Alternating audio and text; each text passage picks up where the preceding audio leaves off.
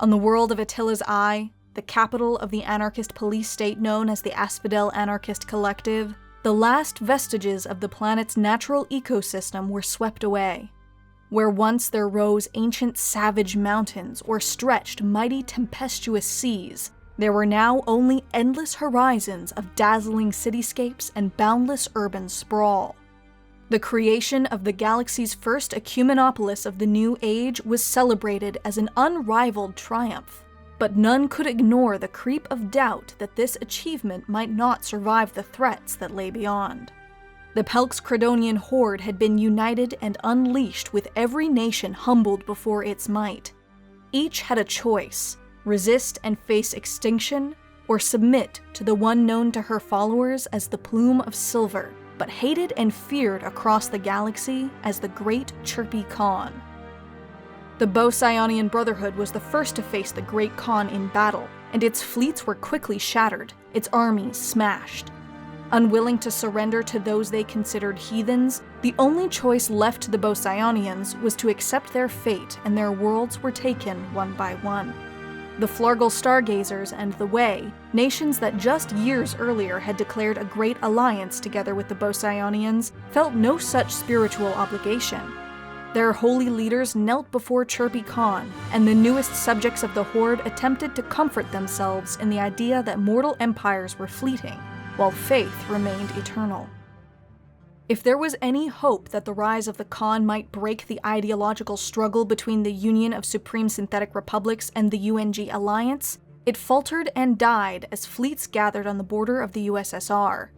Finally, the long-awaited day arrived. A coalition of forces from the UNG, Platycorp, Batizu Empire, Valtun Kingdom, Obedin Republic, Jupiter Technocracy, and Reflex Inc. struck at the USSR, closing in from both sides in perhaps the largest pincer movement in galactic history. So dire was the threat posed by the USSR that the coalition was joined by the Church of Chains, an isolationist nation that for decades had contented itself in simply managing the galactic slave market. System after system fell before this coalition, but as they advanced, their cohesion dwindled. In the Battle of Novgorod, a vast synthetic counteroffensive fell upon the scattered coalition fleets, each caught out of position and unsure whether to flee or make a stand. Forced into a battle for which they seemed unprepared, coalition leadership braced for a disaster, but shockingly, the fleets of the USSR, which for so long had seemed poised to conquer the galaxy, were woefully ineffective.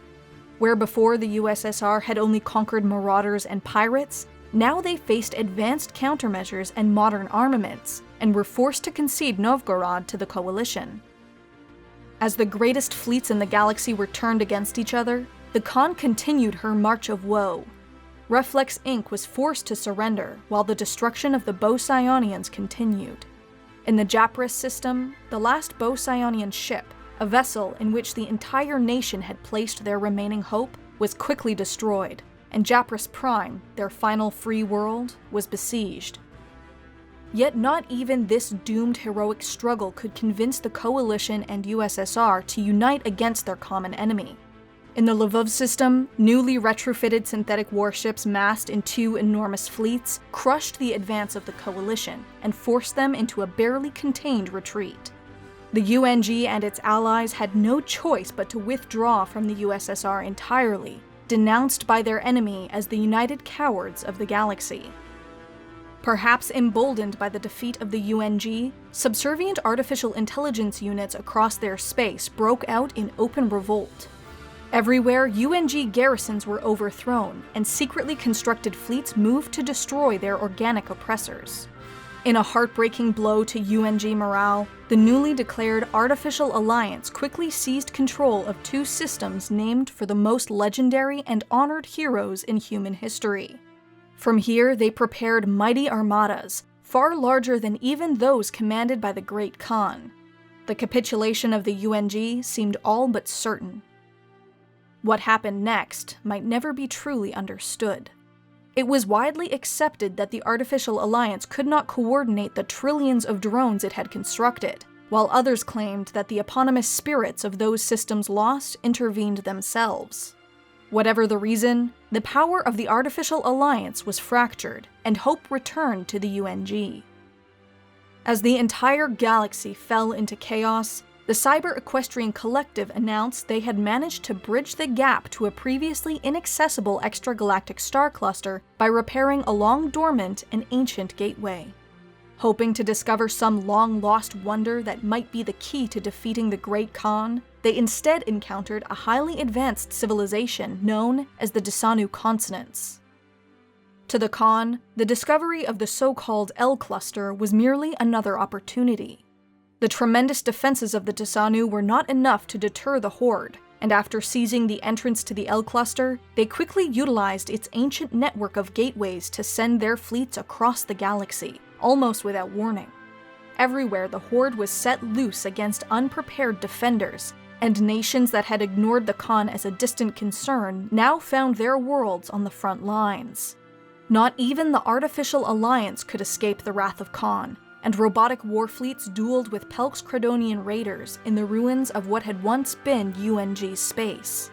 Caught between two powers it could not hope to stand against, and with Earth itself occupied, the UNG submitted to the Khan in desperation. On Japras Prime, the long-assailed Bosionian Brotherhood came to an end, but in the death throes of that spiritual people was born a holy martyr. The heroic final stand of the Bosionians was personified in the will and deeds of their last general. His death rocked the galaxy like a thunderclap, and once disparate powers now found themselves united in his name. New armies and fleets were mobilized and sent against the Khan with a new battle cry: Stand with Steve. The nations of the Fifth Interstellar, the Dredge, Platycorp, the Cyber Equestrians, and the Turkardian Utopia all marshaled their power against the Khan, but against her brilliant strategic mind, achieved only mixed success. When Chirpy Con faced her first defeat, it was not from any of the younger races, but the Dysanu, who could tolerate the Horde's control of the L-Gates no longer.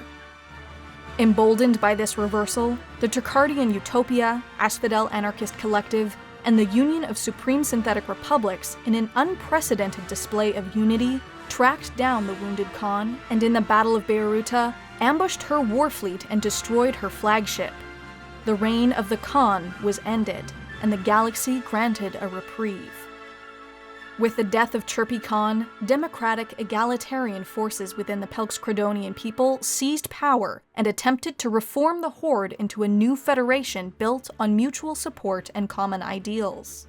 For many who had knelt before the Khan, the memory of her conquest was too great, and the heroic symbol of Steve too powerful.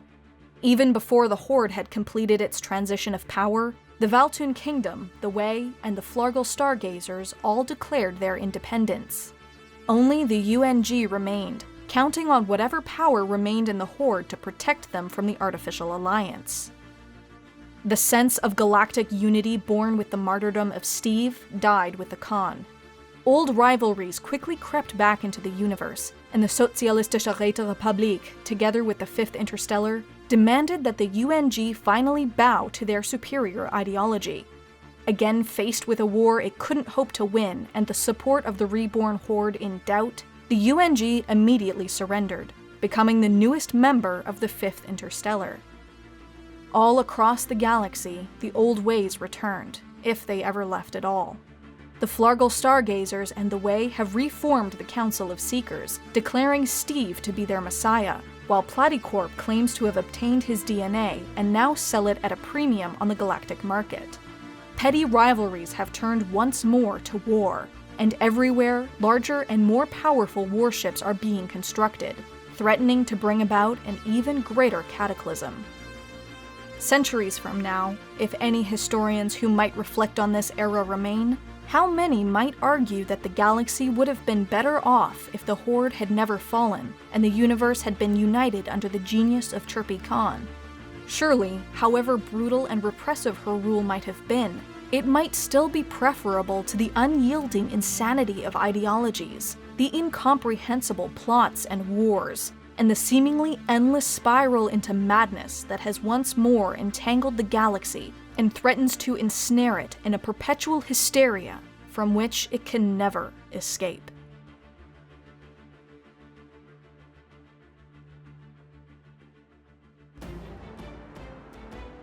Thanks to Paradox Interactive for allowing us at the Templin Institute to investigate and document the many empires in this intense and unpredictable universe. We'll be providing a summary of the events of the Dev Clash series every few weeks, but if you'd like to watch our own Stellaris Invicta series, where we chronicle the rise of the Greater Terran Union, its wars against the hostile alien federation known as the Compact, and its ultimate vengeance against the hive-minded Tyrum, check out our Twitch and YouTube channels.